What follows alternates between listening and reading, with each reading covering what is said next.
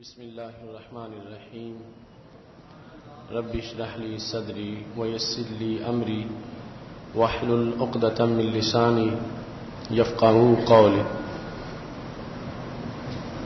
الحمد لله الذي شرفنا بصيام شهر رمضان والصلاة والسلام على حبيبه سيد الإنس والجان وعلى آله وأصحابه في كل حين وآن. أما بعد فأعوذ بالله من الشيطان الرجيم. بسم الله الرحمن الرحيم. يا أيها الناس قد جاءتكم موعظة من ربكم وشفاء لما في الصدور. صدق الله العظيم وصدق رسوله النبي الكريم الأمين. إن الله وملائكته يصلون على النبي يا أيها الذين آمنوا صلوا عليه وسلموا تسليما. الصلاة والسلام عليك يا سيدي يا رسول الله وعلى آلك وأصحابك يا حبيب الله. مولاي صل وسلم دائما أبدا على حبيبك خير الخلق كلهم منزه عن شريك في محاسنه فجوهر الحسن فيه غير منقسم. محمد تاج رسل الله قاطبة محمد صادق الأقوال والكلم. محمد ذكره روح لأنفسنا محمد شكره فرض على الأمم. وربي صل وسلم دائما أبدا على حبيبك خیر الخلق کلہم. اللہ تبارک و تعالی جل جلالہ وعم نوالہ واتم برہانہ وعظم شانہ وجل ذکرہ وعز اسمہ کی حمد و ثناء اور حضور پر نور شافع یوم النشور دستگیر جہاں غم گسار زماں سید سروراں حامی بے کساں قائد الانبیاء محبوب کبریا احمد مجتبیٰ جناب محمد مصطفیٰ صلی اللہ علیہ وآلہ واصحابہ وبارک وسلم کے دربار گہر بار میں ہدیہ درود و سلام عرض کرنے کے بعد نہایت ہی معزز و محتشم حضرات و خواتین، رب ذوالجلال کا کروڑوں بار شکر ہے کہ اس نے ایک بار پھر ہمیں ماہ رمضان المبارک کی سعادتیں عطا فرمائی ہیں. اللہ تبارک و تعالی ہم سب کو اس وقت کی قدر و قیمت محسوس کر کے اسے اعمال صالحہ سے بھرپور رکھنے کی توفیق عطا فرمائے. آج خطبہ جمعۃ المبارک میں ہماری گفتگو کا موضوع ہے قرآن کے ہوتے ہوئے کمی کیا ہے. رب ذوالجلال ہم سب کو قرآن مجید سمجھنے کی توفیق عطا فرمائے اور قرآن مجید برہان رشید سمجھ کر اس پر عمل پیرا ہونے کی توفیق عطا فرمائے. رب ذوالجلال نے وحی کا سلسلہ جو حضرت آدم علیہ السلام سے شروع کیا تو انسان کو اس بات کی طرف متوجہ کیا کہ وہ کون سے امور ہیں جن سے انسان کی تخلیق کا مقصد پورا ہوتا ہے.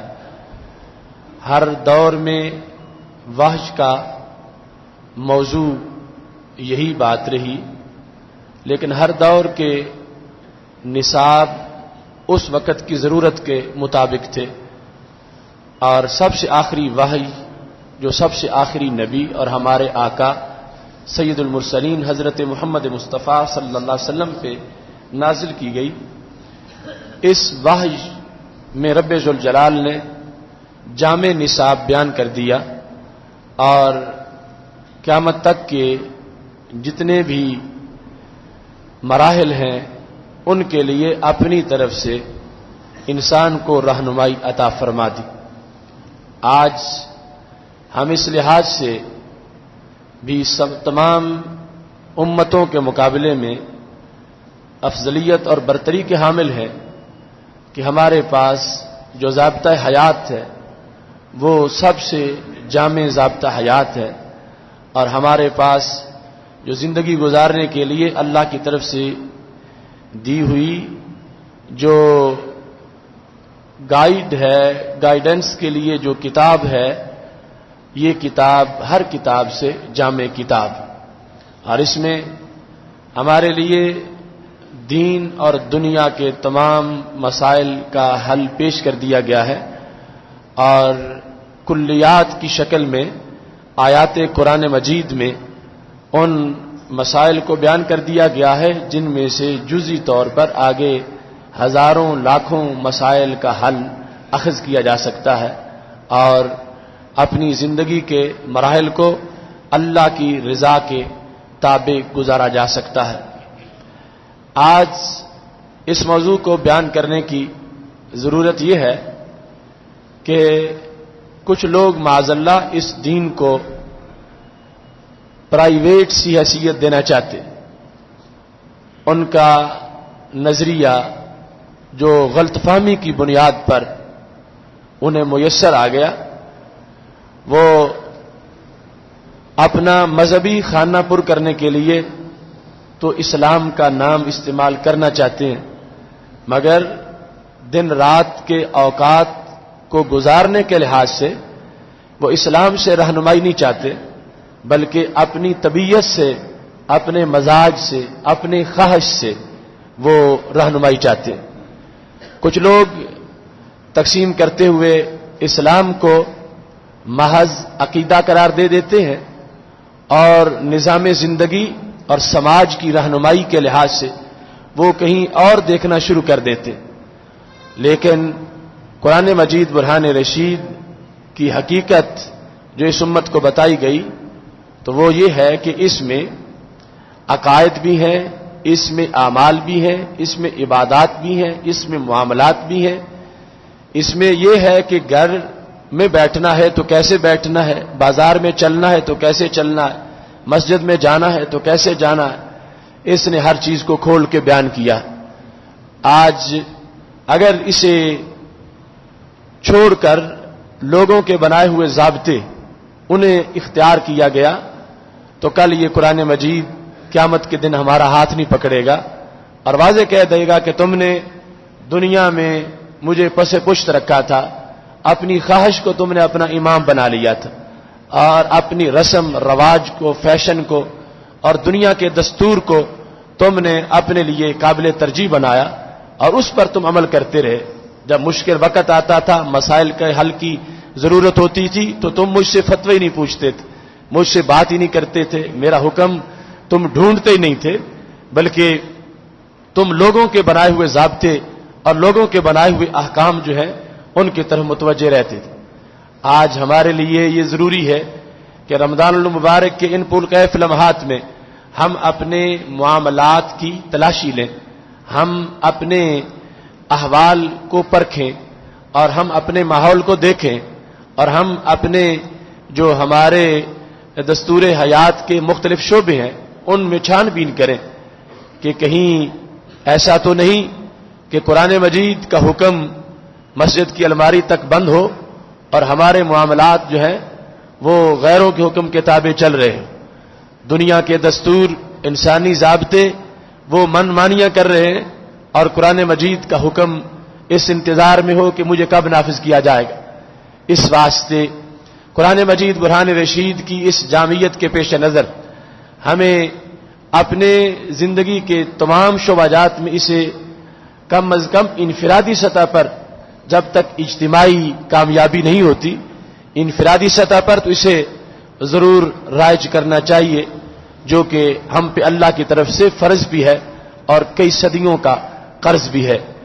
اور دوسری طرف ہمیں اس بات کا اپنے آپ کو یقین دلانا چاہیے، جو اجمالی یقین تو ہر مومن کو ہے کہ ہمارے پاس قرآن ہے، قرآن میں سب کچھ ہے، ظاہر کا بھی علاج ہے، باطن کی بھی دوا ہے، لیکن جس وقت کوئی ایسا موقع آتا ہے تو پھر یہ یقین اور یہ اجمالی ایمان جو ہے اس میں فرق آ جاتا ہے، پھر اسے چھوڑ کے اور امور کی طرف انسان توجہ کرنا شروع کر دیتے ہیں۔ آج جس وقت ملت میں مختلف بیماریاں آ چکی ہیں اور مختلف مسائل بن چکے ہیں اور حل ہمارے گھر میں موجود ہے، ہمیں دور سے ڈھونڈنا نہیں پڑے گا، اور رب ذوالجلال نے صدیوں پہلے اس کو رسول اللہ صلی اللہ علیہ وسلم پہ نازل کر کے ہمیشہ کی وسعت اس میں رکھ دی ہے، تو ہمارے لیے یہ لازم ہے کہ ہم اس قرآن کو دیکھیں، اسے پڑھیں، اسے سنیں، اسے سمجھیں، اور جو اس میں سمجھ اور فقاہت کا طریقہ صحابہ سے چلا آ رہا ہے اس کے مطابق اس کو سمجھ کر اپنی زندگی کے تمام مسائل کا حل اس سے تلاش کریں۔ سید عالم نور مجسم شفیع معظم صلی اللہ علیہ وسلم کی احادیث اس سلسلہ میں جو ہماری رہنمائی کرتی ہیں ان میں سے صرف چند کا تذکرہ اس وقت کرنا چاہتا ہوں۔ قرآن کی وجہ سے جو اس امت کے پاس دولت اور اس امت کے پاس رفت ہے اس کا اندازہ اس بات سے لگایا جا سکتا ہے کہ قرآن مجید برہان رشید کو پڑھنا، یاد کر لینا، سمجھ لینا، اس پہ عمل کرنا، اسے پھیلانا، یہ سارے معاملات بعد کے ہیں۔ مجمع الزوائد میں ہمارے آقا صلی اللہ علیہ وسلم کا یہ فرمان موجود ہے، من علم ابنہ القرآن نظرا غفر لہ ما تقدم من ذنبہ۔ ہمارے آقا صلی اللہ علیہ وسلم ارشاد فرماتے ہیں کہ جس بندے نے اپنے بچے کو ناظرہ قرآن ہی پڑھا دیا، اللہ نے اس کے پہلے سارے گناہوں کو بخش دیا۔ یعنی اس کتاب کی عظمت اور اس میں جو انسانیت کے لیے بھلا ہے، یعنی یہ اس کا آغاز ہے۔ حافظ بنانا، اپنے بچے کو عالم بنانا، فقیہ بنانا، محدث بنانا، مفسر مفکر بنانا، یہ تو بعد کی باتیں ہیں۔ من علم ابنہ القرآن نظرہ، صرف ناظرہ پڑھنے کی صلاحیت اس میں آ گئی ہے، تو اس قرآن نے اسے بھی نوازا ہے۔ اور کتنا پڑھنے والا، تو پڑھنے والا عظمتیں جو پائے گا وہ اپنی جگہ ہے، لیکن اس کے والدین کو جو تڑپ تھی کہ میرا بچہ قرآن پڑھے، اور پہلا سٹیپ طے ہوا کہ اس نے ناظرہ قرآن پڑھ لیا۔ ادھر بچے نے قرآن مجید ناظرہ ختم کیا اور ادھر باپ کے گناہوں پہ پانی پھر گیا، اور اللہ کی رحمت کی فہار سے اس کے گناہ معاف کر دیے گئے۔ تو قرآن مجید برہان رشید سے تعلق کی جو اساس، بنیاد اور ابتدا ہے، اس سے آپ یہ اندازہ لگا سکتے ہیں کہ اللہ نے یہ کس قدر اس امت کو رحمتوں سے نوازنے کے لیے اس کتاب کا نزول فرمایا، کہ جس وقت اس سے انسان کا تعلق قائم ہوتا ہے۔ اب ناظرہ قرآن مجید پڑھ لینا تو بالکل ایک آسان سا اور ابتدائی مرحلہ ہے، لیکن اس میں بھی وہ انسان کہ جس کو گناہوں نے گھیر رکھا ہے اور گناہ کے بھنور میں وہ پھنس چکا ہے اور نامہ اعمال پر بدی کے داغ موجود ہیں، اس نے اپنے بیٹے کو اس طرف لگایا ہے۔ اب آگے بعد میں وہ اپنی پکی توبہ کا اہتمام کرتا رہے تو اس کے بیٹے کا قرآن پڑھ جانا، ناظرہ پڑھ جانا، یہ کفارہ بن جائے گا باپ کے لیے کہ باپ کے گناہوں کو بخش دیا جائے گا۔ اور اس میں الفاظ رسول اللہ صلی اللہ علیہ وسلم کی طرف سے جو بولے گئے تو وہ عموم پر دلالت کرتے ہیں۔ ما تقدم من ذنبہ، یعنی ایک دن، 2 دن، 1 مہینہ، 1 سال، اس کو معین نہیں کیا، بلکہ مطلقاً ہمارے آقا صلی اللہ علیہ وسلم نے واضح فرما دیا کہ اس کے جتنے بھی گناہ اس کے نامہ اعمال میں موجود تھے، اس عمل کی وجہ سے رب ذوالجلال اس کی بخشش فرما دے گا اور اس کے گناہوں کو معاف کر دے گا۔ سید عالم نور مجسم شفیع معظم صلی اللہ علیہ وسلم نے عظمت قرآن اور اس کے ہوتے ہوئے جو انسان کے لیے آسائشیں ہیں ان کو بیان کرتے ہوئے ارشاد فرمایا۔ حضرت ابو ذر غفاری رضی اللہ تعالی عنہ اس کی روایت کرتے ہیں، کہتے ہیں کہ میں نے ایک دن نبی اکرم صلی اللہ علیہ وسلم سے درخواست کی، یا رسول اللہ اوصنی، آپ مجھے کوئی وصیت فرما دیں۔ وصیت اردو زبان میں ایک خاص مفہوم میں استعمال ہوتی ہے کہ جو فوت ہوتے وقت کسی کو کوئی بات کہے۔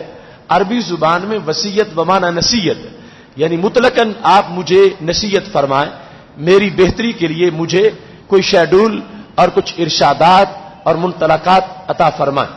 تو حضرت ابو ذر غفاری رضی اللہ تعالیٰ عنہ کہتے ہیں، میرے آقا صلی اللہ علیہ وسلم نے ارشاد فرمایا، علیک بتقوی اللہ، میری نصیحت یہ ہے کہ تم تقوی اختیار کرو، پرہیزگار رہو، اور پرہیزگاری کے زیر سایہ اپنی زندگی بسر کرو۔ فَإِنَّهُ رَأْسُ الْأَمْرِ كُلِّهِ، یہ سارے دین کی کوہان ہے، خلاصہ ہے۔ مطلب یہ کہ یہ ساری عبادات کا نچوڑ ہے۔ اب نماز بھی تقویٰ کے لیے، روزہ بھی تقویٰ کے لیے، حج بھی تقویٰ کے لیے، جہاد بھی تقویٰ کے لیے، قربانی صدقہ و خیرات بھی تقویٰ کے لیے۔ تو ہمارے آقا صلی اللہ علیہ وسلم نے فرمایا یہ دین کا خلاصہ، آپ تقویٰ اختیار کیے رکھیں۔ کہتے ہیں میں نے کہا یا رسول اللہ صلی اللہ علیہ وسلم زدنی، اور اضافہ فرمائیں، جو آپ نے بتایا یہ تو میں نے سن لیا، اور مجھے کیا کرنا چاہیے؟ پہلی بات پر اضافہ فرما دیں۔ تو رسول اللہ صلی اللہ علیہ وسلم نے فرمایا علیک بتلاوت القرآن، پھر میری دوسری نصیحت یہ ہے کہ تم قرآن پڑھتے رہو، قرآن مجید برہان رشید کی تلاوت کرو۔ اب اس موقع پر سید عالم نور مجسم شفیع معظم صلی اللہ علیہ وسلم نے وہ جملہ بولا جس سے پتہ چلتا ہے کہ انسان کو جب گھر میں قرآن میسر ہے، قرآن پڑھنے کی سعادت ہے، توفیق اسے حاصل ہے، یا قرآن سمجھ سکتا ہے، تو اس کے پاس کتنا بڑا سرمایہ۔ سید عالم نور مجسم شفیع معظم صلی اللہ علیہ وسلم ارشاد فرماتے ہیں فَإِنَّهُ نُورُ لَكَ فِي الْأَرْضِ، اگر تم تلاوت قرآن کرو گے تو ساری زندگی تمہیں نور میسر رہے گا، زمین میں یہ تلاوت تمہارے لیے نور بن جائے گی، اندھیری راتوں میں بھی تمہیں اندھیرا محسوس نہیں ہوگا۔ یعنی تلاوت قرآن مجید برہان رشید وہ اجالا ہے کہ جس کی وجہ سے تمہیں زندگی میں کبھی آندھیوں کا سامنا نہیں کرنا پڑے گا۔ اور پھر ہمارے آقا صلی اللہ علیہ وسلم نے ساتھ یہ فرما دیا وَذُخْرُ لَكَ فِي السَّمَاءِ، زمین میں یہ روشنی ہے اور آسمانوں میں یہ تمہارا خزانہ۔ اس کی دو حالتیں ہیں، ایک ہے اس کی حالت روشنی والی اور دوسری اس کی حیثیت خزانے والی۔ قرآن روشنی بھی ہے، قرآن خزانہ بھی ہے۔ زمین میں یہ تمہارے لیے روشنی رہے گی اور اجر کا بینک تمہارا بھرا رہے گا، آسمانوں میں یہ تمہارا خزانہ ہے۔ اس کی وجہ سے یعنی تلاوت کرو گے تو روزانہ غفلت دور ہوگی، تلاوت سے روزانہ نحوست ہٹے گی، تلاوت سے روزانہ شیطان کو منہ کی کھانی پڑے گی۔ یعنی تم تلاوت کرو گے وہ تمہارے گھر سے نظر چرائے گا اور اس سے دور بھاگنے کی کوشش کرے گا، اور تمہیں ریلیف مل جائے گا کہ تم اس کے جو وسوسے اس سے محفوظ ہو جاؤ گے۔ تو یہ زمین میں تمہارے لیے اس کی روشنی ہے، اور اس کے زیر سایہ زندگی بسر کرو گے تو پھر ایک ایک کام جب اس کے حکم کے مطابق ہوگا تو صدیوں کا سفر گھنٹوں میں طے ہو سکتا ہے، چونکہ اس کے وہ فارمولے ہیں جو انسان کو نیکی اور اطاعت کے میدان میں بہت تیز کر دیتے ہیں اور انسان کو بہت جلد اللہ کے قرب تک پہنچاتے ہیں۔ فرمایا یہ زمین میں تمہارے لیے نور ہے اور آسمانوں میں یہ تمہارا خزانہ ہے، کہ اس کی وجہ سے جو اعمال تم زمین پہ کرتے رہو گے اس پر اجر مرتب ہوتا رہے گا اور خزانہ بڑھتا رہے گا۔ اور اس انداز کا وہ خزانہ ہوگا کہ سید عالم نور مجسم شفیع معظم صلی اللہ علیہ وسلم اس کے کثرت کے منظر کو جنت الفردوس میں ایک مومن کا جو حصہ ہے اس کی شکل میں بیان فرماتے ہیں۔ دوسرے مقام پر حضرت نعمان بن بشیر رضی اللہ تعالی عنہ نے جو رسول اللہ صلی اللہ علیہ وسلم سے روایت کیا، ہمارے آقا صلی اللہ علیہ وسلم ارشاد فرماتے ہیں ان اللہ کتب کتابا قبل ان یخلق السماوات والارض بألف عام، رب ذوالجلال نے زمین و آسمان کی تخلیق سے 2000 سال پہلے ایک کتاب لکھی۔ اس سے پہلے میں نے ایک حدیث شریف آپ کے سامنے گزشتہ موضوعات میں بیان کی ہوئی ہے، ان اللہ تعالی قرأ طٰ و یاسین قبل ان یخلق السماوات والارض بألف عام، اس میں یہ ہے کہ رب ذوالجلال نے زمین و آسمان کی تخلیق سے 1000 سال پہلے طٰ اور یاسین کی تلاوت کی۔ فرشتوں نے وہ قرآن سنا اور کہنے لگے طوبیٰ لأمتی ینزل ھذا علیہا، مبارک ہو اس امت کو جس امت کے لیے یہ قرآن نازل کیا جائے گا، وطوبیٰ لأجواف تحمل ھذا، مبارک ہو ان سینوں کو جس میں یہ قرآن محفوظ ہو جائے گا، وطوبیٰ لألسنۃ تتکلم بھذا، مبارک ہو ان زبانوں کو جن زبانوں سے یہ قرآن پڑھا جائے گا۔ وہ ہے زمین و آسمان کی تخلیق سے 1000 سال پہلے کا جلسہ، لیکن جو اب حدیث شریف بیان کر رہا ہوں یہ زمین و آسمان کی تخلیق سے 2000 سال پہلے کا جلسہ ہے۔ اور یہ اس امت کی قسمت ہے کہ اتنی پرانی تاریخ کے مضمون بھی غیب دان محبوب صلی اللہ علیہ وسلم نے سب کچھ بیان کر ڈالے ہیں. زمین و آسمان کی تخلیق سے 2000 سال پہلے جب ابھی کوئی امت بیمار سے وجود میں نہیں آئی تھی تو رسول اللہ صلی اللہ علیہ وسلم وہ خبریں بھی دیتے ہیں اور یہ نبوت کی شان ہے. اس سے امت کو فائدہ ہوتا ہے. لہذا غیب کا علم آپ کے لیے رب کی عطا سے ماننا یہ کوئی نبوت کے اپوزٹ کوئی چیز نہیں ہے بلکہ نبوت کا شعبہ ہے. چونکہ نبوت نے امور کو پوری طرح ڈیٹیل سے بیان کرنا ہوتا ہے اور اس کے لیے ان چیزوں کا ہونا ضروری تھا. تو ہمارے آقا صلی اللہ علیہ وسلم نے یہ فرما دیا. اللہ نے ایک کتاب لکھی زمین و آسمان کی تخلیق سے 2000 سال پہلے. اس کتاب میں رب ذوالجلال نے 2 آیات کا ذکر کیا.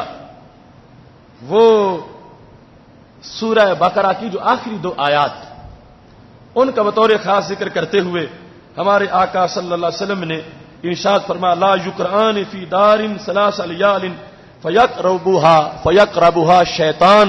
فرمایا مسلسل 3 دن وہ آیات جس گھر میں پڑھ دی جائیں شیطان اس گھر کے قریب نہیں آتا. اب سب سے زیادہ خطرہ تو شیطان کا ہے, یعنی ڈبل خطرہ ہے بندے کے لیے. جو اصلاح ہے اس کے 2 پہلو ہیں. ایک یہ ہے کہ جلب منفعت, دوسرا ہے دفع دار. جلب منفعت کا مطلب ہوتا ہے کہ فائدہ حاصل ہو جائے اور دفع دار کا مطلب ہے کہ نقصان نہ ہونے پائے. یہ 2 جدا جدا چیزیں ہیں. اب ایک بندے کو صرف ایک جہت حاصل ہے کہ روزانہ 1 لاکھ کما لیتا ہے مگر ادھر 1.5 لاکھ روزانہ ضائع ہوتا ہو تو اب اس کا کوئی فائدہ نہیں سمجھا جائے گا. اگرچہ 1 لاکھ کمائی وہ بہت بڑی سمجھے گا مگر چونکہ ایک جہت ہے جلب منفعت تو ہے مگر دفع دار نہیں ہے. اور جب دونوں جہتیں ہوں کہ جو چیز مقصود ہے وہ مل جاتی ہے اور جو ملی ہوئی ہے پھر وہ ضائع نہیں ہوتی, نقصان پر پہرا لگا ہوا ہے اور انسان نقصان سے محفوظ ہو جائے تو پھر فائدہ تام ہوتا ہے, ورنہ بڑے سے بڑا فائدہ بھی ادھورا یا بالکل ختم ہو جاتا ہے. تو انسان کو شیطان کے مقابلے میں 2 طرح کی کامیابی چاہیے. ایک کامیابی یہ ہے کہ شیطان اسے ورغلا نہ سکے, شیطان اس پہ حملہ آور ہو کے اسے نیکی سے محروم نہ کر سکے, شیطان اس کے اور نیکی کے درمیان حائل نہ بن سکے. ایک یہ فائدہ ہے. اور دوسرا جو کی ہوئی ہے اس پہ پانی نہ پھر جائے, جو نیکی کر لی ہے وہ نیکی محفوظ رہے. چونکہ شیطان دونوں طرح کی کاروائی کرتا ہے. پہلی کوشش ہے کہ کوئی کر نہ سکے, دوسری ہے کہ کر لی ہے تو پھر اس کو ضائع کروا دیا جائے.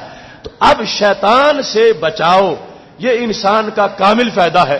پھر کیا ہوگا کہ پھر وہ جو نیکی کے لحاظ سے رکاوٹ بنتا ہے وہ رکاوٹ ختم ہو جائے گی اور نیکی کرنا آسان ہو جائے گا معاملہ, اور جو کی ہوئی ہے وہ معاملہ محفوظ ہو جائے گا. چونکہ وہ پانی پھیرنے پہ آتا ہے تو گھنٹوں نہیں سالوں کی بھی برباد ہو جاتی ہیں. اب اس بنیاد پر انسان کو ضرورت ہے کہ وہ اپنے گھر کو محفوظ کر لے اور شیطان کے جو حملے ہیں ان سے بچ جائے. تو قرآن ہوتے ہوئے کمی کیا ہے؟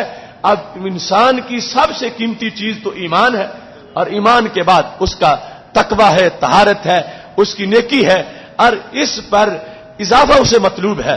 اور جو اپوزیشن ہے وہ اضافہ نہیں چاہتی, اضافے سے روکنا چاہتی ہے اور پہلی حیثیت کو ختم کرنا چاہتی ہے. انسان محتاج تھا, اسے کوئی پاور مل جائے تو قرآن مجید کی ان آیات کو ہمارے آقا صلی اللہ علیہ وسلم نے جو سورہ بقرہ کے آخر میں ہیں ان کو بیان کر کے فرمایا مسلسل اگر 3 دن بھی تم پڑھ لو گے تو تمہارے لیے ایک بہت بڑا ریلیف تمہیں میسر ہو جائے گا. اور دوسرے مقام پر تو پوری سورہ بقرہ کے بارے میں فرمایا کہ شیطان اس گھر سے بھاگ جاتا ہے کہ جس گھر میں سورہ بقرہ کی تلاوت کی جاتی ہے. تو اگر مصروفیت کی بنیاد پر کوئی پوری سورہ بقرہ نہیں پڑھ سکتا, للہ ما فی السماوات سے لے کر وہ ان آیات کو پڑھ لے اور یہ وظیفہ بنا لے کہ کم از کم یہ وہ پڑھتا رہے سورہ بقرہ کی آخری آیات کا. اب یہ وظیفہ کوئی مشکل نہیں ہے. تو وہ جو شکایتیں لیے ہر وقت پھرتا ہے, کبھی کسی نجومی کے پاس جاتا ہے, کبھی کسی کاہن کا دروازہ کھٹکھٹاتا ہے, کبھی کہیں جا کے اپنی حسرتوں کا اظہار کرتا ہے کہ گھر میں ناچاکی ہے, نا اتفاقی ہے اور اس طرح کے پرابلم ہے اور بے برکتی ہے اور رزق میں کمی ہے, تو یہ ساری نوستیں تو اس شیطان کی ہیں کہ جس شیطان نے اس گھر میں ڈیرے لگائے ہوئے ہیں. تو جس وقت ایک انسان اپنا یہ وظیفہ پکا کر لے گا تو ہمارے آقا صلی اللہ علیہ وسلم کی شریعت ضمانت دے رہی ہے کہ شیطان بھاگ جائے گا اور اللہ تبارک و تعالیٰ کی رحمتیں اس گھر میں اپنے ڈیرے لگا لیں گی۔ سید عالم نور مجسم شفیع معظم صلی اللہ علیہ وسلم نے اس معاملہ میں جو ارشاد فرمایا، حضرت ابو ذر غفاری رضی اللہ تعالیٰ عنہ اس کو روایت کرتے ہیں، جو امام حاکم نے اپنی مستدرک میں اس کو روایت کیا ہے۔ ہمارے آقا صلی اللہ علیہ وسلم ارشاد فرماتے ہیں، ان اللہ ختم سورۃ البقرہ بآیتین آتانیہما من کنزہ الذی تحت العرش، اور رب ذوالجلال نے سورہ بقرہ کا اختتام 2 آیات پر کیا۔ وہ 2 آیات کیا ہیں؟ فرمایا وہ 2 آیات عرش کے نیچے 2 خزانے جو اللہ نے مجھے عطا کیے اور میرے وجہ سے میری امت کو عطا فرما دیے۔ یعنی قرآن کے ہوتے ہوئے کمی کیا ہے کہ 2 خزانے، اور وہ بھی عرش والے، عرش کے نیچے 2 خزانے ہیں، وہ ان آیات کی شکل میں رب ذوالجلال نے آتانیہما مجھے عطا کر دیے ہیں۔ پھر مجھے آئے، میرے پاس پہنچے، میں آگے امت کو دے رہا ہوں۔ حکم کیا دیا؟ تعلموہن، وہ آیات پڑھ لو، انہیں یاد کر لو، انہیں محفوظ کر لو۔ وعلموہن نساءکم، اور وہ اپنی خواتین کو بھی پڑھاؤ، خود بھی پڑھ لو۔ تعلم ہوتا ہے خود پڑھنا، اور تعلیم ہے کسی کو پڑھانا۔ خود بھی یاد کر لو اور آگے وہ پکوا دو اپنی بچیوں کو، گھر والوں کو، خواتین کو وہ یاد کروا دو۔ پھر وَأَبْنَاءَكُمْ، اپنے بیٹوں کو بھی، اپنی نساء کو، اپنے بیٹوں کو۔ فَإِنَّهُمَا صَلَاةٌ وَقُرْآنٌ وَدُعَاءٌ، فرمایا یہ آیات ہیں تو 2 آیات، مگر یہ نماز بھی ہیں، یہ دعا بھی ہیں، یہ قرآن بھی ہے۔ یعنی 3 لفظ رسول اللہ صلی اللہ علیہ وسلم نے سورہ بقرہ کی آخری 2 آیات پر بول دیے کہ یہ صلاح بھی ہے، نماز، دعا بھی ہے اور قرآن بھی ہے۔ مطلب یہ ہے کہ وہ برکتیں تمہیں یہاں میسر آ جائیں گی۔ اپنی اپنی جگہ دعا علیحدہ ہے، قرآن علیحدہ ہے، نماز علیحدہ ہے، لیکن ان 2 آیات کو جو رسول اللہ صلی اللہ علیہ وسلم نے عرش کے نیچے کے خزانے قرار دیا، تو اس بنیاد پر ان کے اندر قرآن مجید برہان رشید کے احکام کی اور یہ تعلیمات کی اور برکتوں کی ایسی نوید ہے کہ جس کی وجہ سے رسول اللہ صلی اللہ علیہ وسلم نے انہیں محض سورت ہی نہیں کہا، بلکہ سورت کے ساتھ ساتھ آیات سے تعبیر نہیں کیا، بلکہ خزانوں کے ساتھ تعبیر کرتے ہوئے ان کی عظمت کو اجاگر کیا ہے۔ حضرت بریدہ رضی اللہ تعالی عنہ سید عالم نور مجسم شفیع معظم صلی اللہ علیہ وسلم سے روایت کرتے ہیں، کہتے ہیں کنت عند رسول اللہ صلی اللہ علیہ وسلم، میں نبی اکرم صلی اللہ علیہ وسلم کے پاس موجود تھا۔ اب قرآن دنیا میں بھی ہر چیز کے لحاظ سے کفایت کرتا، قبر میں بھی، اور پھر قبر کے بعد حشر میں بھی، اور اس کے بعد جنت میں بھی قرآن کی چاندنی ہر جگہ موجود رہے گی۔ حضرت بریدہ رضی اللہ تعالیٰ عنہ کہتے ہیں کہ میں رسول اللہ صلی اللہ علیہ وسلم کے پاس بیٹھا ہوا تھا، تو ہمارے آقا صلی اللہ علیہ وسلم نے ارشاد فرمایا، ان القرآن یلقا صاحبہ یوم القیامہ کالرجل الشاہب، قیامت کے دن قرآن اپنے صاحب سے ملاقات کرے گا۔ اب صاحب قرآن یہ ہے کہ جو قرآن پڑھتا ہے اور پڑھ کے عمل کرتا ہے، یعنی قرآن پڑھتا ہے، ناظرہ پڑھا ہے، حفظ کیا ہے، یا اس کا مطلب سمجھتا ہے، عالم بن گیا ہے، جس طرح کا جتنا بھی تعلق ہے وہ فائدہ دے گا، لیکن پوری طرح صاحب قرآن اسے کہا جائے گا کہ جس نے پڑھ لیا ہے، سمجھ لیا ہے اور پھر عمل بھی کرتا۔ تو صاحب قرآن جو قیامت کے دن میدان معاشر میں موجود ہوگا تو قرآن آ کے میدان معاشر میں اس سے ملاقات کرے گا۔ اب وہ دن کہ جس دن کوئی کسی کا پرسان حال نہیں ہے، ماں بچے کو بھولی ہوئی ہوگی، باپ کو بیٹے کی خبر نہیں ہوگی، اور ہر آدمی ایسا ہوگا ترناس سکارا وما ہم بسکارا، یعنی اپنے حال میں ایسے ہے کہ کسی کی کوئی خبر نہیں ہے، جیسے کسی نے کوئی نشہ آور چیز پلا دیا، حالانکہ ایسی صورتحال نہیں ہوگی، لیکن وہ ہول قیامت کا جو ہے اس کی وجہ سے ایسی صورتحال بنی ہوئی ہوگی کہ انسان کو کسی کی کوئی خبر نہیں، بس اپنی پڑی ہوئی ہے. ایسے میں اسے یہ کہ میری کوئی خبر لے، مجھے کوئی پوچھے، میرا کوئی حال دریافت کرے، میری کوئی مدد کرے، مجھے کوئی تپش سے بچائے، یہ سارے جذبے اس کے ذہن میں موجود ہوں گے. تو اتنے میں اس سے ایک ملاقاتی آ جائے گا. کالرجل الشاہب، شاہب اس انسان کو کہتے ہیں جس کے چہرے کا رنگ کچھ زرد ہو چکا. تو اس انسان سے ایک بندہ آ کے رجل شاہب ملاقات کرے گا اور حشر میں کہے گا حل تعرفونی، کیا مجھے جانتے ہو میں کون ہوں؟ تو یہ کہے گا ما عارفک، میں نہیں جانتا آپ کون ہیں، مجھے آپ سے تعارف نہیں ہے. تو وہ کہے گا انا صاحبک القرآن، میں تیرا دوست قرآن. یعنی یہ حشر کے میدان میں قرآن شکل انسانی میں پہنچ جائے گا اور پہلے ملے گا، پوچھے گا جس طرح کے جو پہلے ملا ہوا ہو وہ کہتا کیا تم نے مجھے پہچانا ہے؟ تو قرآن کہے گا کیا پہچانتے ہو میں کون ہوں؟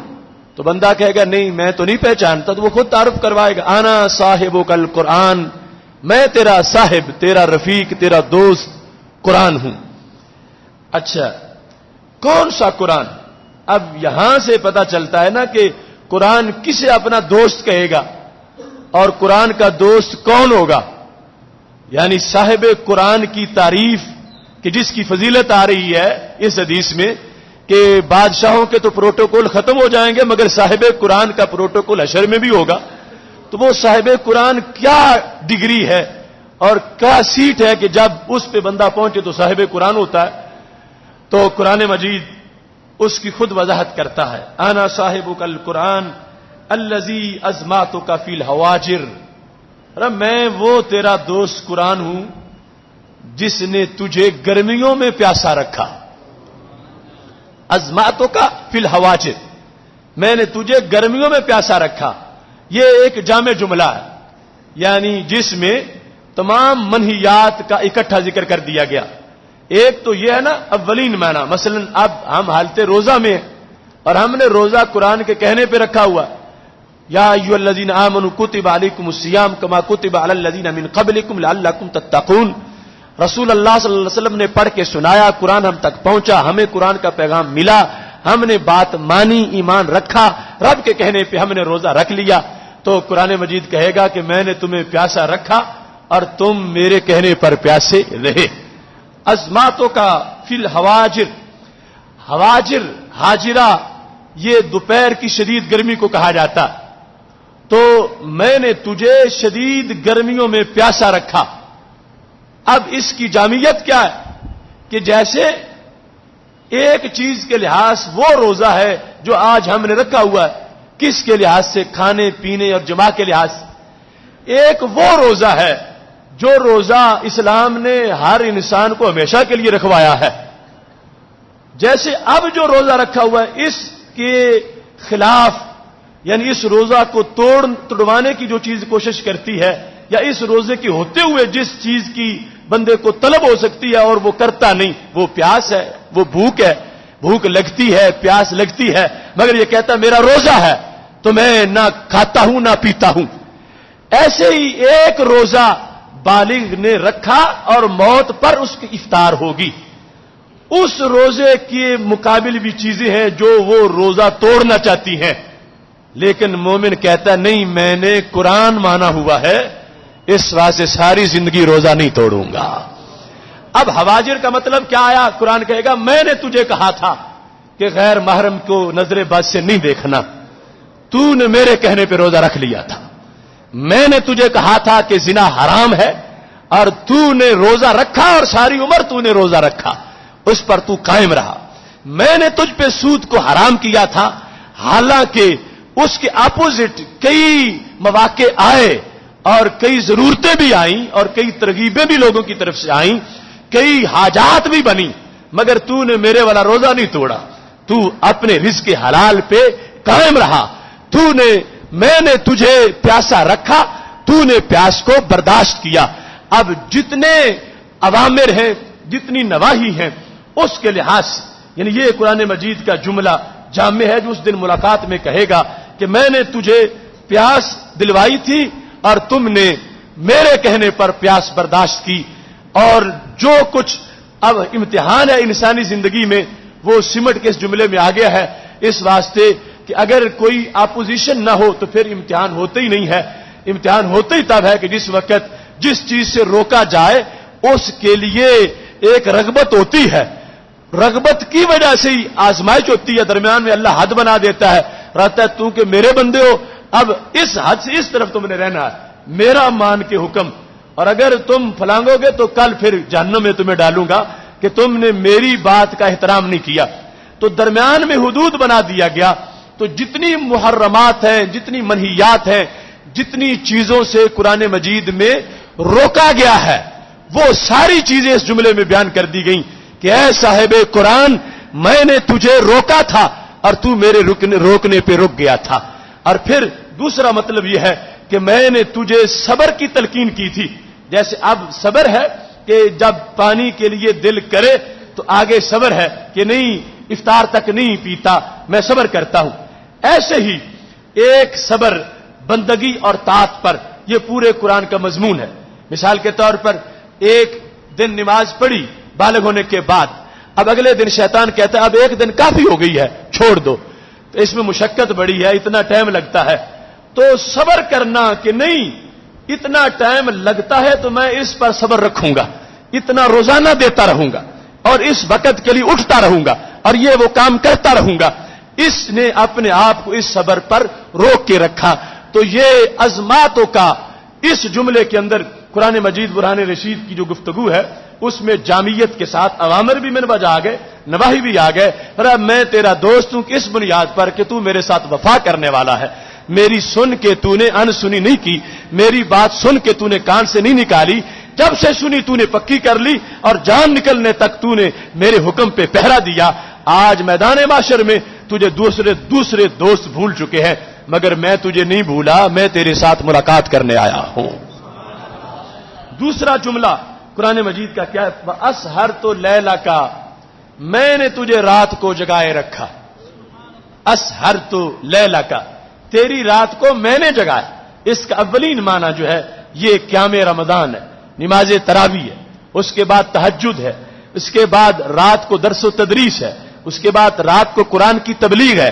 یہ قرآن مجید کے حکم کے مطابق رات کی بندگی ہے۔ تو قرآن کہتا ہے میں نے تجھے راتوں کو جگائے رکھا، میں تیرا وہ دوست آج اس ماحول میں آیا ہوں کہ جب تجھے مددگار کی ضرورت پڑی ہے اور تجھے مددگار نظر نہیں آ رہا اور تجھے کسی ملاقاتی کا انتظار تھا اور میں تجھ سے ملاقات کرنے کے لیے پہنچ گیا ہوں۔ سید عالم نور مجسم شفیع معظم صلی اللہ علیہ وسلم ارشاد فرماتے ہیں قرآن کہے گا ان کل تاجر من وراء تجارتہ، ہر تاجر اپنی تجارت کے پیچھے، ہر تاجر اپنی تجارت کے پیچھے ہے۔ مطلب کیا؟ جس نے دنیا سے جو کام کیا، جو کیا آج وہی بھر رہا ہے۔ میدان معاشر ہے، حشر کا ماحول ہے، ہر بندہ اپنی تجارت کے پیچھے ہے، جو دنیا میں کرتا رہا اس میں وہ لگا ہوا ہے۔ تو کہنے لگا قرآن وَإِنِّي الْيَوْمَ مِن وَرَاءِ كُلِّ تِجَارَةٍ، اور میں بھی آج اپنے دوستوں کی دوستی نبھا رہا ہوں۔ دوسرے تاجر جو دنیا میں انہوں نے کیا اس میں ہے، میں بھی اپنے دوستوں سے دوستی نبھانے کے لیے آیا ہوں۔ اس کے بعد اسے متوجہ کر کے کہے گا تو نے دنیا میں میرا ساتھ دیا، دنیا میں میرا ادب کیا، میرا احترام کیا، میری عزت کی، میرے حکم کو تو نے پسے پشت نہیں ڈالا، تو اب میں تیرے ساتھ خالی ملاقات کرنے نہیں آیا بلکہ میں تجھے نوازنے آیا۔ تو کیا کرے گا؟ رسول اللہ صلی اللہ علیہ وسلم ارشاد فرماتے ہیں فَيُؤْتِ الْمُلْكَ بِيَمِينِهِ وَالْخُلْدَ بِشِمَالِهِ، اس کے دائیں ہاتھ میں ایک بہت بڑی جنت اور بائیں ہاتھ میں خلد پکڑا کے قرآن مجید برہان رشید یودع علی رأسی تاج الوقار، سر پہ عزت کا تاج پہنائے گا۔ یعنی یہ صاحب قرآن کا میدان معاشر میں پروٹوکول ہے۔ دنیا کے تاجوروں کے تاج اچھل چکے ہیں، دنیا کے تاجوروں کی کرسیاں الٹ چکی ہیں اور ان کے پروٹوکول ختم ہو چکے ہیں، لیکن جو صاحب قرآن بنا اگرچہ دنیا میں کٹیا میں ہی بیٹھا رہا نادار تھا, مفلس تھا, لیکن حشر کے میدان میں عزت کتنی ہے کہ جنت دائیں ہاتھ میں, خلد بائیں ہاتھ میں, اور اس کے سر پہ وقار کا تاج ہے. اور صرف یہی نہیں, یکسا والداہ حلتین, اس کے والدین کو بھی جوڑے پہنائے جائیں گے. یکسا والداہ حلتین لا یقوم لہما اہل الدنیا. فرمایا وہ جوڑے اتنی قیمتی ہوں گے, اگر پوری دنیا بھی بیچی جائے تو ایک بھی نہیں آتا. یہ اس صاحب قرآن کے والدین کو جوڑے عطا کیے جائیں گے. حشر میں پروٹوکول دیا جا رہا ہے. آج چھوٹے چھوٹے فنکشن, ان میں والدین کو جب اولاد کی وجہ سے اعزاز ملتا ہے تو وہ اس پر فرحت محسوس کرتے ہیں, سرور ملتا ہے. لیکن اصل اعزاز تو اس دن کا اعزاز ہے جو میدان حشر ہے. اور اس دن سادہ سادہ والدین جنہوں نے بیٹے کو حافظ بنایا اور بیٹا عالم بن گیا, اس نے عمل کیا, اس کو کتنی شان ملی. ایک تو جو دوسرے مقام پر حدیث ہے نا, البسا والداہ تاج یوم القیامہ, البسا والداہ تاج یوم القیامہ, کہ اس کے والدین کو بھی تاج پہنایا جائے گا. اس حدیث میں تاج کا والدین کے لیے بھی ذکر ہے. اور یہاں حلتین, حلہ کہتے ہیں پورا جوڑا, پوری پوشاک. یہ پوری پوشاک جو پوری دنیا کی قیمت سے بڑی قیمت کی ہوگی, اس کے والدین کو میدان معاشر میں عطا کی جائے گی. پھر فیقولان, اب وہ دونوں حافظ اور صاحب قرآن کے ابا جی اور امی, وہ دونوں کہیں گے بما کسینا ھذا, یہ ہمیں کیوں مل گیا جوڑا, یہ پوشاک, یہ اعزاز جو ہمیں میسر آیا ہے, اس کا سبب کیا ہے, ہمیں اتنا بڑا مرتبہ کیسے ملا ہے.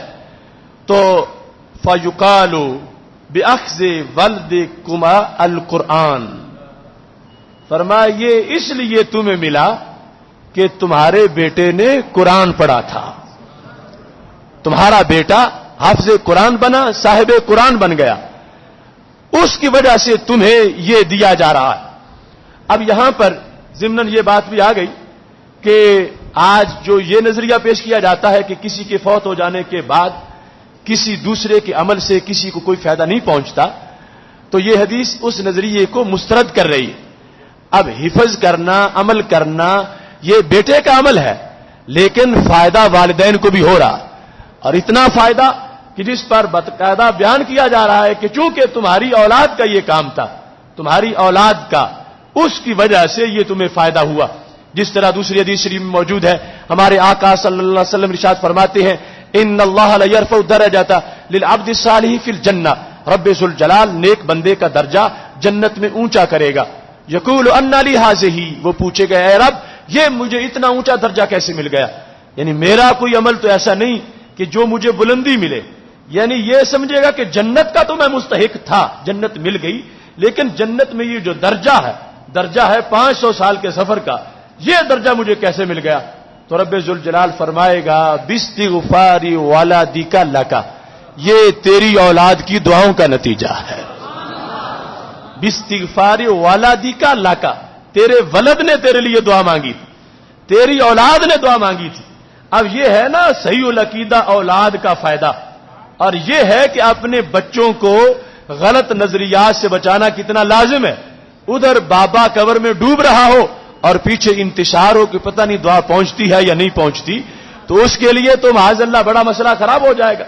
ہمارے آقا صلی اللہ علیہ وسلم نے ارشاد فرمایا ہے کہ مل میت فی القبر الا کالغریق المتغوص ینتظر الدعوہ, کہ قبر میں میت کا حال یوں ہوتا ہے جیسے کوئی ڈوب رہا ہو, کالغریق ڈوبنے والے کی مثل, المتغوص جو کہ فریاد رس کو بلاتا ہے کہ کوئی میرا بازو پکڑے, تو میت کو یہ پتا ہے کہ کون بازو پکڑ سکتا ہے.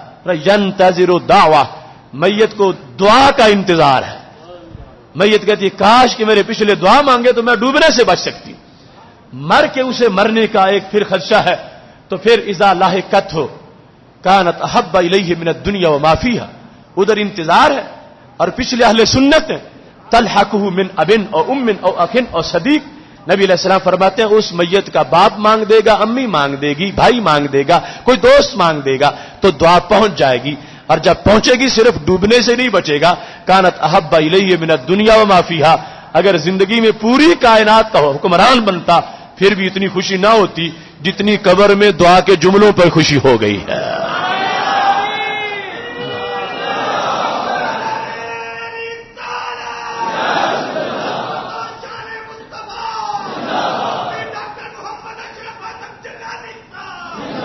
اس واسطے بے اخذ ولدکم القرآن، یہ جو جملے یہاں پہ موجود ہیں ان کو ذہن میں رکھتے ہوئے ضمناً اپنی اولاد کو محفوظ رکھیے.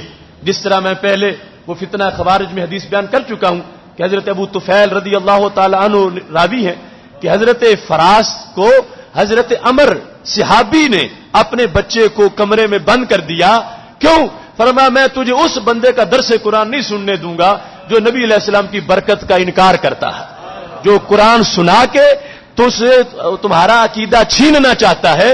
اپنے بچے کو صحابی نے باندھ دیا، دورے صحابہ ہے، صحابی نے بچے کو جکڑ کے رسی میں کمرے میں بند کر دیا. مخافۃ ان یلحق بہم، مر جائے کمرے میں منظور ہے مگر بد عقیدہ مجھے منظور نہیں ہے. کیونکہ ایسی اولاد وبال جان بن جاتی ہے. اور ایسی مثالیں ہمارے سامنے موجود ہیں. ان کے والدین کا وصال ہو جاتا ہے، وہ اپنے منہ سے کہتے ہیں مشرک تھے دنیا سے چلے گئے. اب ہم ان کو کیا کریں؟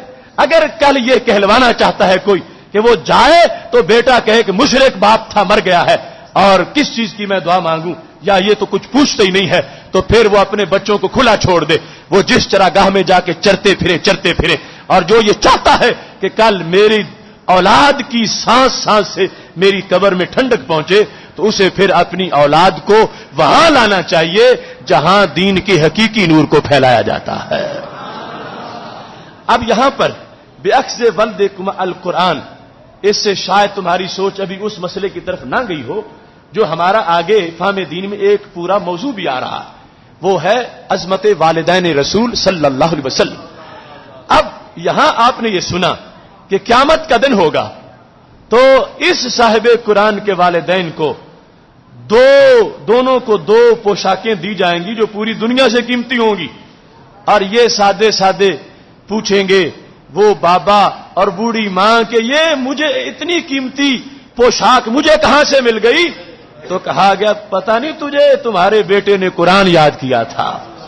اب اپنے عشق کے مفتی سے فتویٰ تو لو کہ جو کسی غیر عام انسان کا بچہ تھا اور قرآن یاد کر بیٹھا، کل اس رامے گامے کے لیے بھی یہ اہتمام ہے کہ رب ذوالجلال کی طرف سے کہا جائے گا کہ تیرے بچے نے قرآن یاد کیا تھا اور تجھے نور کی پوشاک دی جا رہی ہے.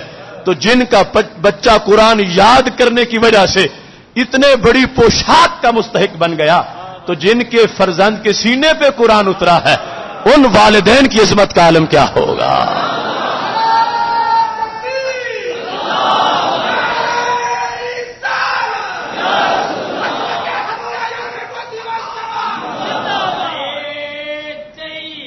بِأَخْذِ وَلْدِكُمُ الْقُرْآنَ، چونکہ تمہارے بچے نے قرآن پڑھا تھا.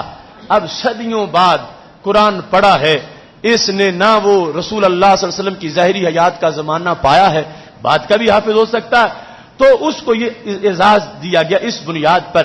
اب حفظ قرآن یہ بڑا کام ہے یا نزول قرآن کا سینہ ہونا یہ بڑا مرتبہ ہے؟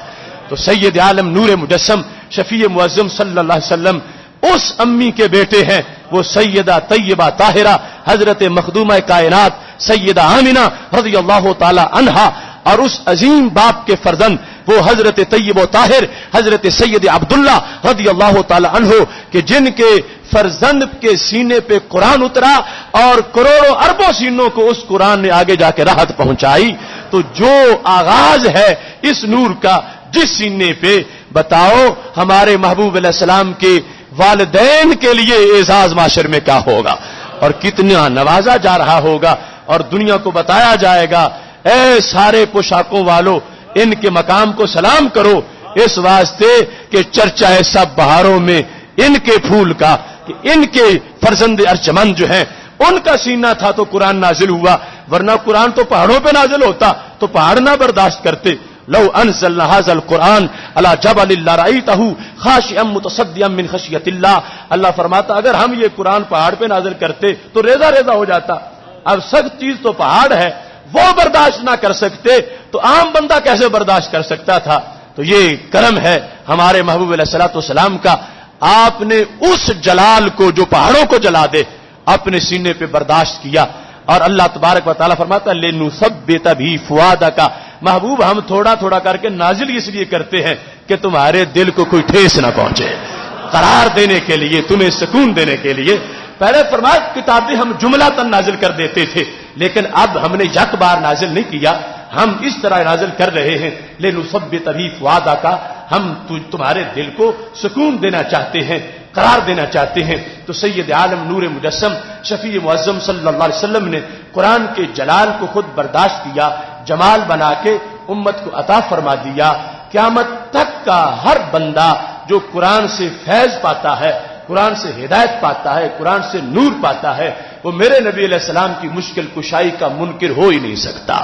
کیونکہ اگر رسول اللہ صلی اللہ علیہ وسلم کی مشکل کشائی بیچ میں نہ آتی، کون حافظ بنتا، کون قاری بنتا، کون مفسر بنتا، کون لوح محفوظ پہ جا کے فارغ التحصیل ہوتا، کون اتنا لمبا سفر کرتا، کون سلامتی سے واپس آتا. یہ میرے محبوب علیہ الصلوۃ والسلام کا سینہ ہے، اور کوئی چیز تو برداشت نہیں کر سکتی تھی. آپ زمین پر جلوہ گر ہوئے، آپ کے سینے کو اللہ تبارک و تعالی نے اس پر اعلیٰ قلبک لتکون من المنذرین، ہم نے محبوب آپ کے دل پہ اس کو نازل کر دیا تاکہ آپ اس کو آگے پہنچائیں. تو سید عالم نور مجسم شفیع معظم صلی اللہ علیہ وسلم کا مقدس دل وہ اس قرآن کے لحاظ سے اتنا اس کا فیضان ہے ہمارے لیے. آپ نے جلال برداشت کیا اور جمال بنا کے یہ عظمت اپنی امت کو عطا فرما دی ہے. قرآن مجید برہان رشید کتنی بڑی دولت ہے، اس پر بات ہو رہی ہے. ابھی یہ حدیث شریف ختم نہیں ہوئی. ثم یقال لہ، صاحب قرآن کو نواز کے، اس کے والدین کو نواز کے، اب پھر قرآن کہے گا اب سن میرے قاری میں تجھے کیا کہتا ہوں. اقرأ واسعد فی درج الجنہ، پڑھ اور چڑھ. دوسری جگہ اقرأ وارتقی، پڑھتا جا چڑھتا جا. یہ اس پر جو پہلے دیا اضافہ ہے. پھر فرما فی درج الجنہ وغرفہا، جنت کے درجات اور جنت کی جو بلندیاں ہیں، بالا خانے، ان اوپر چڑھتا جا. تو فرما ان منزلک عند آخر آیت تقرأھا، جہاں آخری آیت تیری زبان سے ختم ہوگی اتنی بلندی پہ تجھے مقام دیا جائے گا. ایک آیت پڑھنے پر ایک درجہ ملے گا، اور ایک درجہ 500 سال کے سفر کا. اب ایک آیت پڑھیں گے اتنی بلندی ملے گی. آج 4-5 فٹ کی 6 فٹ کی بلندی پہ لوگ سب کچھ بیچتے پھرتے ہیں، تو یہ قرآن تو اتنی بلندی دینے والا. اور پھر تیزی کتنی ہے، ایک آیت پر 500 سال کی مسافت. دنیا کا کون سا ایئر کرافٹ، کون سا طیارہ ایسا ہے جو 1 منٹ میں 500 سال کا سفر طے کرا ہے. اور ادھر کیا ہے، کہا جائے گا مدہامتان، یہ بھی تو آیت ہے، اتنے میں 500 سال کا سفر طے ہو جائے. قرآن مجید برہان رشید بلندی عطا کرے گا، اور یہ ہے کہ جس سے انسان کو سہارا ملتا ہے کہ اسے قرآن مجید کی شکل میں رب ذوالجلال نے کتنی بڑی دولت دی ہے، اور کتنی بڑی غفلت ہوگی اگر اس کے گھر ہوتے ہوئے ہم محروم رہیں.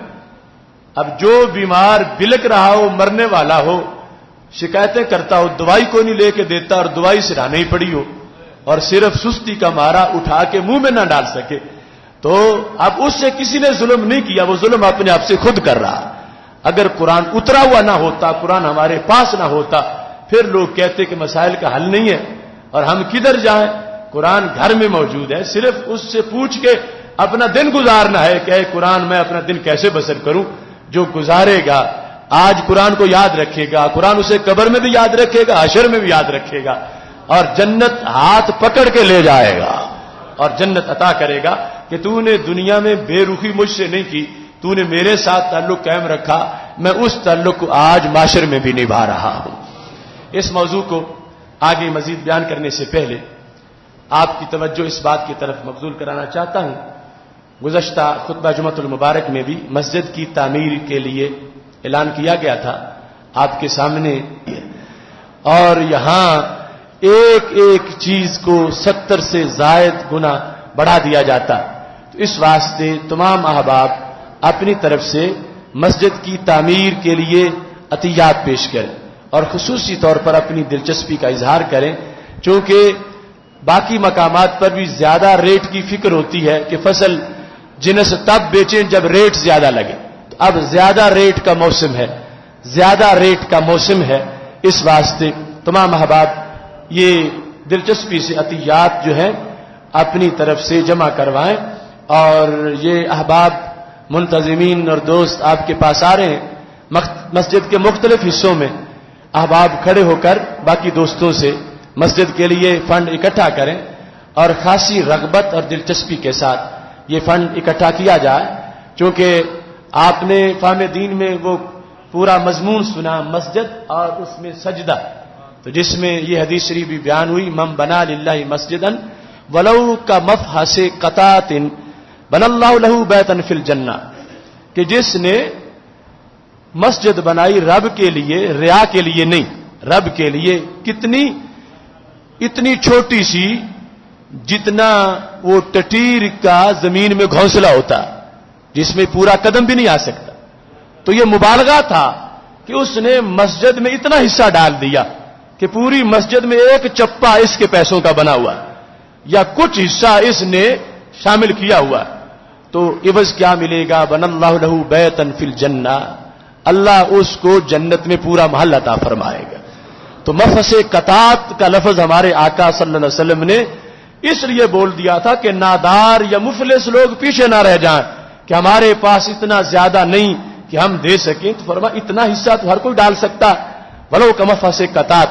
اور پھر پہلا بیت جو ہے اس میں تنوین تقلیل کی ہے اور دوسرے بیت میں تنوین تعظیم کی ہے۔ بیتن جو پہلا وہ ہے چھوٹا سا گھر، بیتن جو دوسرا وہ ہے بہت عظمت والا گھر۔ تو رب ذوالجلال نے جیسے مسجد کو دنیا کے گھروں پر عظمت دی ہے، ایسی مسجد بنانے والے کو جو جنت میں گھر دے گا اس گھر کو جنت کے گھروں پر عظمت عطا فرمائے گا۔ اتنی بڑی سعادت ایک انسان کو مسجد کے ساتھ دلچسپی میں میسر آئے گی اور اس کو دارین میں اس کا ثواب محسوس ہوتا رہے گا۔ اس کے ساتھ یہ بات بھی ذہن میں رکھیے کہ فہم دین کورس اللہ کے فضل سے آب و تاب کے ساتھ جاری ہے، آپ میں سے اکثر احباب اس میں حاضر ہوتے ہوں گے، یہ دعوت مزید لوگوں تک پہنچائیں، چونکہ وقت ایسا ہے کہ ایک بار نکل جائے تو واپس نہیں آتا، اور موسم آتے ہوئے کئی اسباب بنتے ہیں تو پھر کوئی موسم بنتا، ورنہ تھوڑی تھوڑی رکاوٹوں سے بڑے بڑے منصوبے رہ جاتے ہیں۔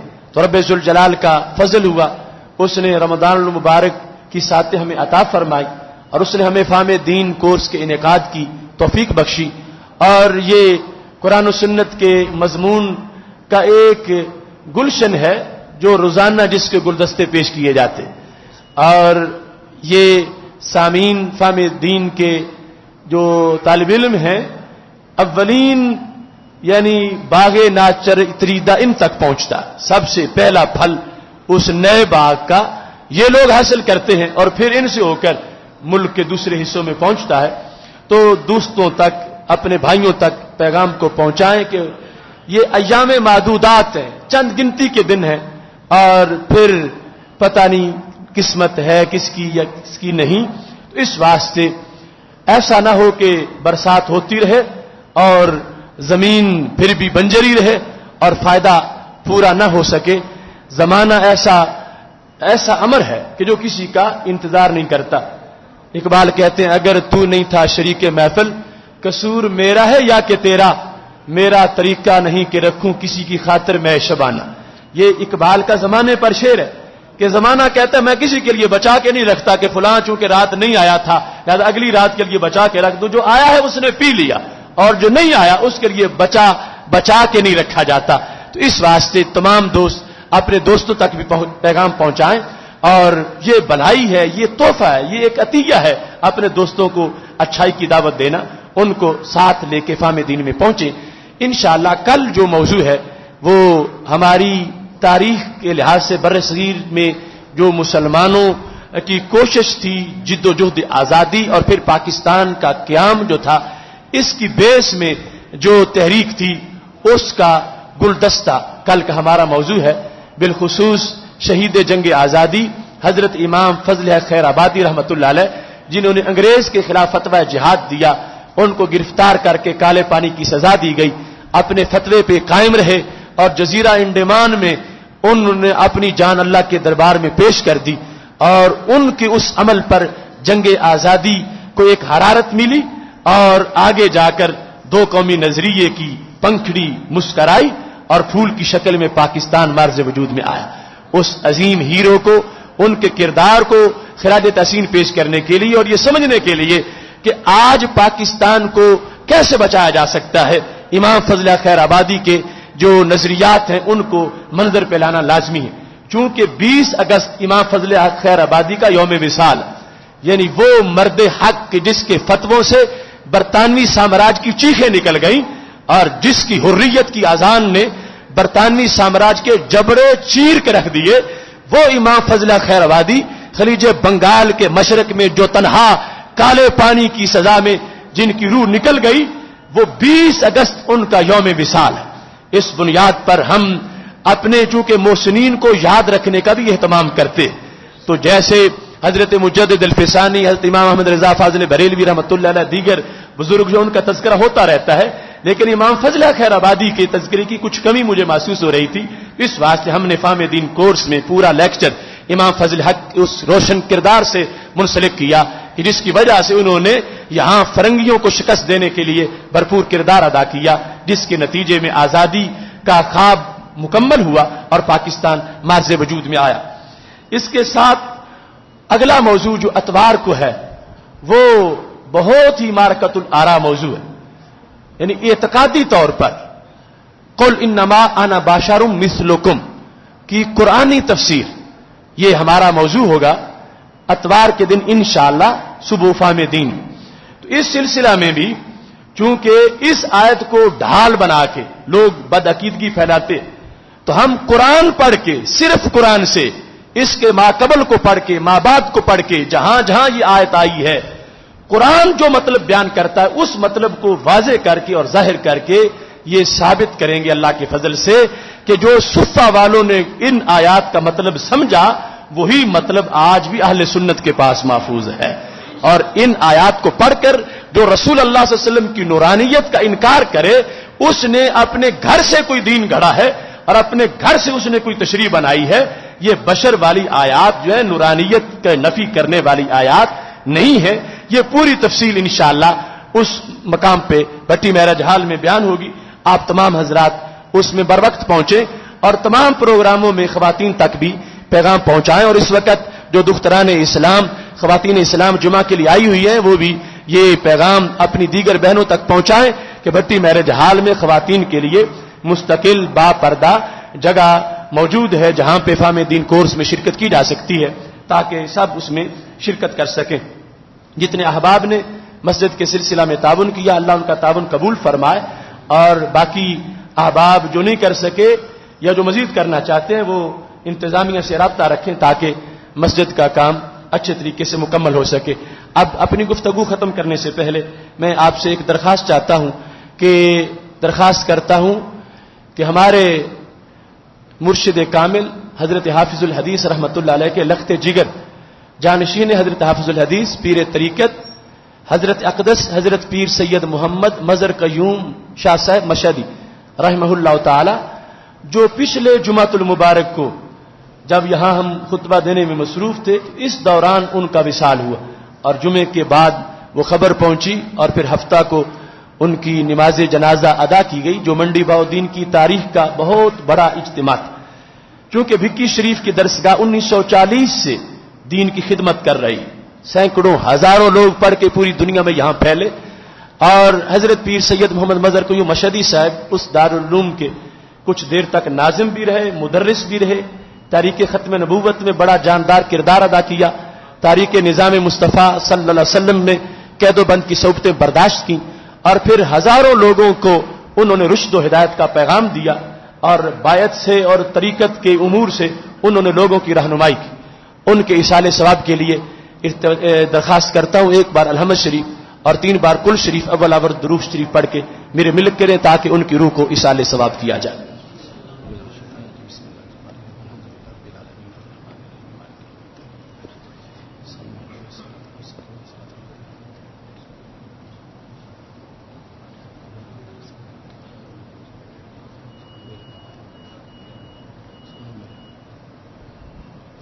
یا الہ العالمین، جو کلام مجید پڑھی اور پڑھی گئی رسول اللہ صلی اللہ علیہ وسلم کے وسیلہ جلیلہ سے تیرے دربار میں پیش کرتے ہیں، قبول فرما، اس پہ اجر و ثواب مرتب فرما، اس کا ثواب رسول اللہ صلی اللہ علیہ وسلم کی روح کے لیے پیش کرتے ہیں، قبول فرما، آپ کے وسیلہ جلیلہ سے تمام انبیاء کرام علیہم السلام، صحابہ کرام علیہم رضوان، اہل بیت اطہار رضوان اللہ علیہم اجمعین، تابعین، تبع تابعین، ائمہ طریقت، ائمہ شریعت، جمیع المسلمین والمسلمات کی رضا کے لیے پیش کرتے ہیں، قبول فرما، بالخصوص حضرت پیر سید محمد مظہر قیوم مشہدی رحمہ اللہ تعالیٰ کی روح کے لیے پیش کرتے ہیں، قبول فرما، یا اللہ ان کی مغفرت فرما، ان کے درجات کو بلند فرما، ان کو فردوس میں بلند مقام عطا فرما، ہم سب کی گواہی ان کے حق میں قبول فرما، حضرت مفتی محمد اصغر رضوی صاحب کو فردوس میں بلند مقام عطا فرما، حضرت علامہ مولانا محمد عبد الباری بنگالی صاحب کو فردوس میں بلند مقام عطا فرما، حاضرین کے جتنے متعلقین ہیں سب کی بخشش فرما، ہم سب کے گناہوں کو معاف فرما، وصلی اللہ تعالی علی حبیبہ خیر خلقہ سیدنا و مولانا محمد و آلہ و اصحابہ اجمعین۔